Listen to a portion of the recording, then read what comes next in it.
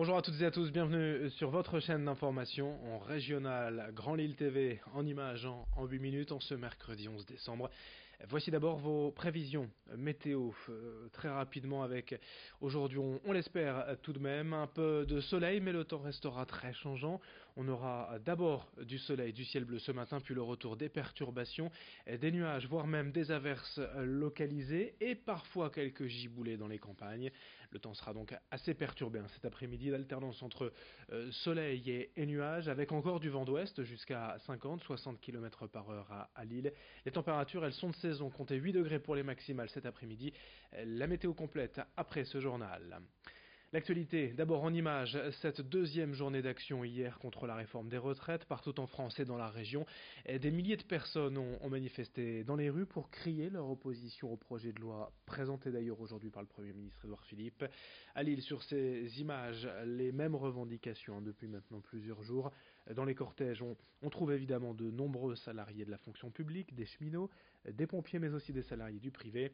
La colère persiste contre la réforme des retraites et on peut douter que la situation ne s'apaise aujourd'hui malgré les annonces prévues par le gouvernement.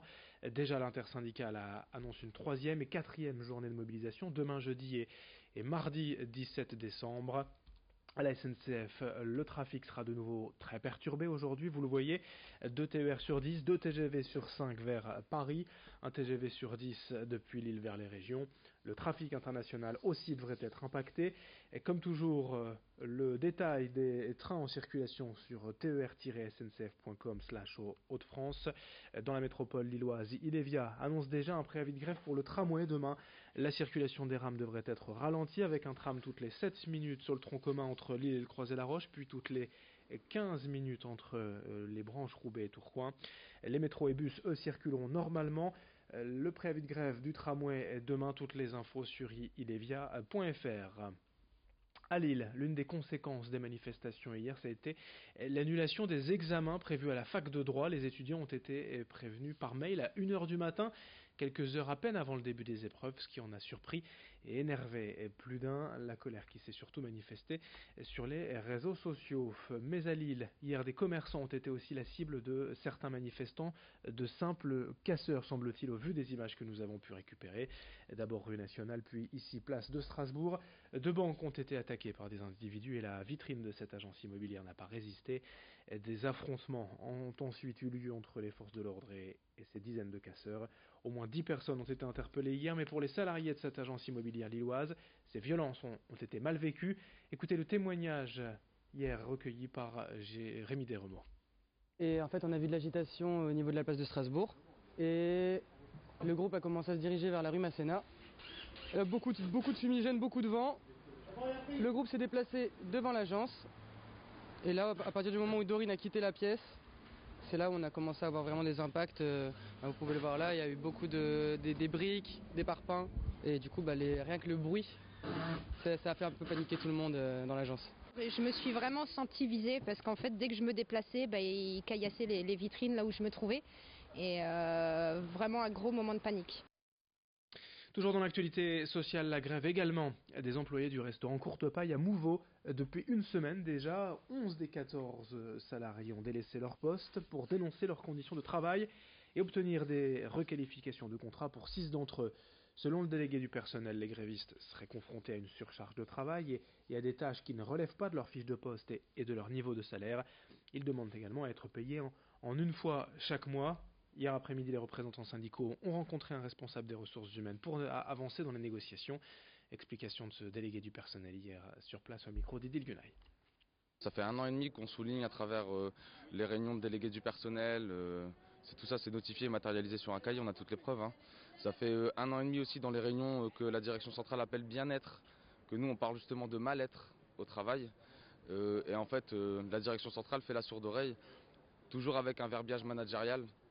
Les compétences, le savoir-être, la mobilité géographique, les 3 axes comme ils disent. Sauf que nous on demande la stricte application du droit du travail, de la convention collective, c'est simple. Il n'y a pas à tergiverser, midi à 14h. Donc voilà. Dans le reste de cette édition également du sport avec du football et la 5e défaite en 6 matchs pour le LOSC hier soir à Chelsea. 2-1 comme prévu, les Lillois quittent la compétition en bon dernier avec un seul point, un prix. Lille qui devra rebondir et se concentrer désormais sur le championnat dès ce vendredi soir à domicile face à Montpellier.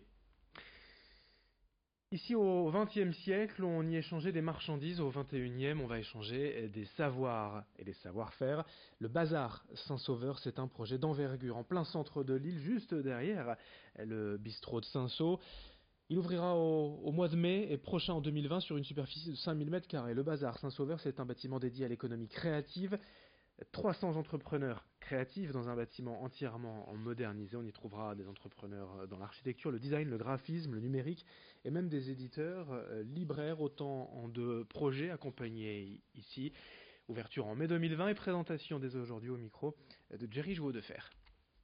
Alors là, vous pouvez voir des cuves, des récupérations d'eau de pluie. On a la chance d'avoir un bâtiment très très long qui récupère sur son toit énormément d'eau et donc nous avons souhaité la conserver pour économiser de l'eau potable dans tous les sanitaires. Donc l'eau du toit va arriver dans ces cuves, être traitée et repartir dans les sanitaires. Comme ça, on est dans un bâtiment qui est écologique. On y a ajouté aussi des cibles autour des panneaux solaires. On a des panneaux solaires sur le toit pour produire de l'électricité et on a un système de climatisation naturelle aussi qui fonctionne avec la température de l'extérieur et qui va soit rafraîchir soit réchauffer l'intérieur du bâtiment. Et dans le même registre, décidément, à Roubaix, après la pose de panneaux photovoltaïques en juin dernier sur le toit de la médiathèque, la ville a installé hier une éolienne, un projet intégré au concept de Smart City centré sur l'écologie et le développement durable. 4 mètres de haut, 235 kg, cette éolienne est annoncée discrète et silencieuse, mais couplée aux panneaux solaires, elle pourra produire tout de même jusqu'à 20% de l'électricité de la médiathèque. Et contrairement au photovoltaïque, l'éolienne produit de jour comme de nuit, été comme hiver. Si le projet s'annonce concluant, la ville pourrait en installer d'autres dans plusieurs bâtiments. Explication au micro de Rémi Desremeaux. Enfin, on doit faire face demain à des enjeux climatiques extrêmement importants. Il faut qu'on réduise nos émissions carbone. Donc toutes les énergies renouvelables qui peuvent exister à l'échelle de la ville doivent être utilisées. Donc peut-être que demain, ce dispositif-là répondra aussi aux enjeux climatiques pour lesquels la ville doit essayer de trouver des solutions. En gros, le panneau photovoltaïque associé à l'éolienne, donc le champ de panneaux photovoltaïques, va produire à peu près 20% de la consommation du bâtiment. Ça peut être des écoles, ça peut être des bâtiments des services d'entretien de la ville, ça peut être des salles de sport. Donc tous les bâtiments qui se prêteraient à la mise en place d'une éolienne pourraient abriter demain des éoliennes. Fin de ce journal sur Grand Lille TV, l'info continue dans un instant, mercredi 11 décembre. Bonne journée à toutes et à tous.